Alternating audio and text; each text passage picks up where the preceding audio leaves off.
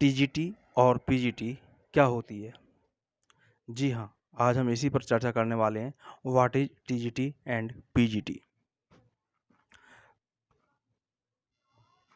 तो बात हमारी चलेगी टीजीटी और पीजीटी पर।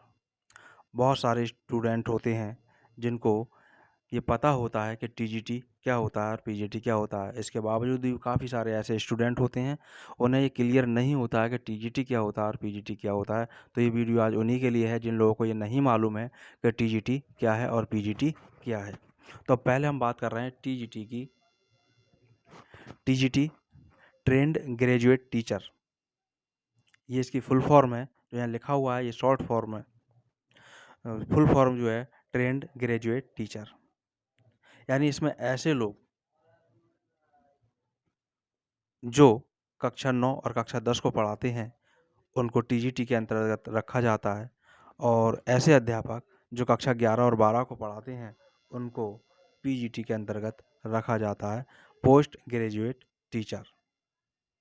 तो ये बात यहाँ क्लियर होती है, कक्षा 9 और 10 को पढ़ाने वाले जो टीचर हैं वो टीजीटी के कहलाते हैं, और कक्षा 12 को और 11 को पढ़ाने वाले जो टीचर हैं वो पीजीटी के अंतर्गत रखे जाते हैं। बात यहाँ आती है कि आवेदन इसमें कौन-कौन कर सकता है।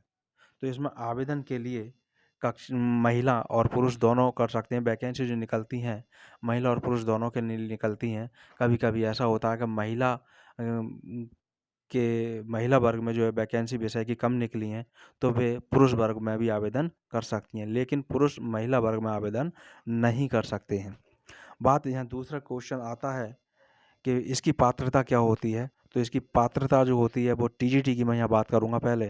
टीजीटी में जो है आवेदन करने के लिए ग्रेजुएशन कंप्लीट कर लिया हो और साथ में ट्रेनिंग प्राप्त कर ली हो बीएड, यानी बीएड को ट्रेनिंग के रूप पर लिख रखा जाता है।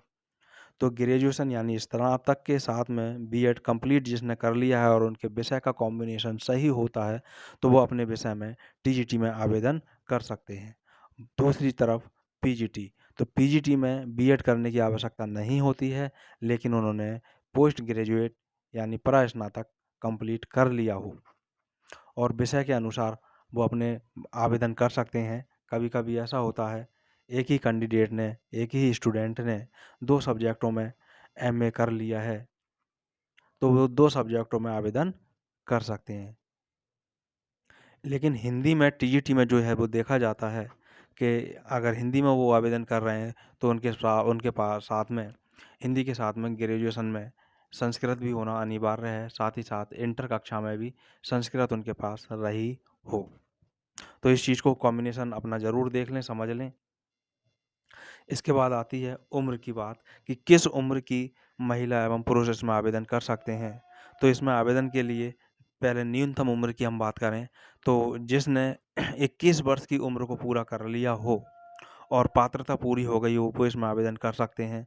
और अधिकतम आयु जो है वो अधिकतम आयु है 60 वर्ष, यानी 21 वर्ष से 60 वर्ष के अंदर उम्र अगर है और पात्रता पूरी है तो वो आवेदन कर सकते हैं। क्योंकि ये माध्यमिक शिक्षा की वैकेंसी निकली हुई है, माध्यमिक कॉलेजों के लिए निकली हुई हैं। इनकी रिटायरमेंट की जो उम्र है वो 62 वर्ष होती है, लेकिन गवर्नमेंट इंटर कॉलेज की जीआईसी की जो वैकेंसी होती हैं उनकी रिटायरमेंट की जो उम्र होती है वो 60 वर्ष होती है। फिलहाल यहाँ पीजीटी की बात चल रही है। तो अगला क्वेश्चन हमारे पास में, अगला पॉइंट यहाँ पर हमारे पास में आता है, सभी के मन में आता है कि कौन-कौन सी परीक्षाओं से हमें गुजरना होगा। आवेदन करने के बाद में परीक्षाओं की तिथियाँ घोषित होती हैं, वो परीक्षा कौन-कौन सी होंगी। पहले हम टीजीटी की बात करें तो टीजीटी में जो है केवल एक ही लिखित परीक्षा होगी, केवल एक परीक्षा होगी अब 2021 में, लिखित परीक्षा। और उस लिखित परीक्षा में ऑप्शनल वाले जो क्वेश्चन आते हैं, ऑप्शन में क्वेश्चन आते हैं, क्वेश्चन के जो ऑप्शन दे रखे होते हैं आंसर में, उनमें से हमें एक सेलेक्ट करके ओएमआर शीट पर गोला करना होता है और इसी के आधार पर सिलेक्शन भी होगा। लेकिन पीजीटी में एक नहीं 2 परीक्षाएं होंगी। एक परीक्षा तो लिखित परीक्षा होगी जो ओएमआर शीट पर आंसर हमें देने होंगे गोले करके, और दूसरी हो गया इसका इंटरव्यू। तो ये हो गई परीक्षा की बात दोनों की। इसके बाद बात आती है कट ऑफ इसमें कैसे बनती है, क्योंकि कोई भी परीक्षा हो उसकी कट ऑफ ज़रूर बनती है। तो कट ऑफ जो बनती है वो बनती है विषय के अनुसार कि हर विषय की कट ऑफ अलग-अलग होगी। किस विषय में कितने वैकेंसी निकाली गई हैं, उसमें कितने आवेदन हुए हैं और कितने लोगों ने परीक्षा दी है।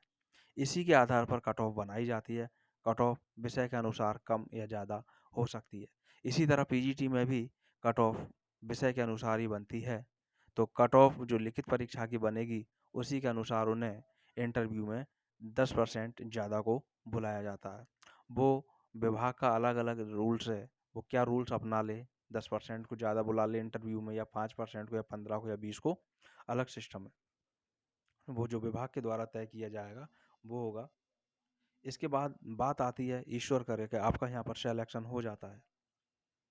सिलेक्शन आपका यहाँ हो जाता है, टीजीटी में हो जाए या पीजीटी में हो जाए, तो आपको कौन से सब्जेक्ट पढ़ाने होंगे या कौन सी कक्षाओं को आपको पढ़ाना होगा। यहाँ बात आती है कौन कौन सी कक्षाएं आपको पढ़ानी होंगी। बात करते हैं टीजीटी की। अगर टीजीटी में आपका सिलेक्शन हुआ है, तो शुरू में भी ये बात हुई थी, तो आपको कक्षा 9 और कक्षा 10 को आपको पढ़ाना होगा। उस विषय को पढ़ाना होगा जिस विषय में आपका सिलेक्शन हुआ है। इसी तरह पीजीटी में अगर आपका सिलेक्शन हुआ है, तो आपको कक्षा 11 और कक्षा 12 में अपना सिलेक्शन वाले विषय को पढ़ाना होगा।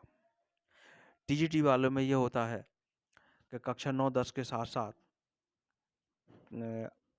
कक्षा 8 में भी कोई ऐसा विषय जो आप पढ़ा सकते हैं, या कक्षा 9-10 में भी ऐसा और विषय भी हो सकता है जो आप पढ़ा सकते हैं, वो भी पढ़ा सकते हैं।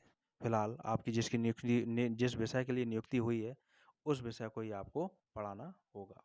तो ये रही आपकी टीजीटी और पीजीटी की पूरी जानकारी।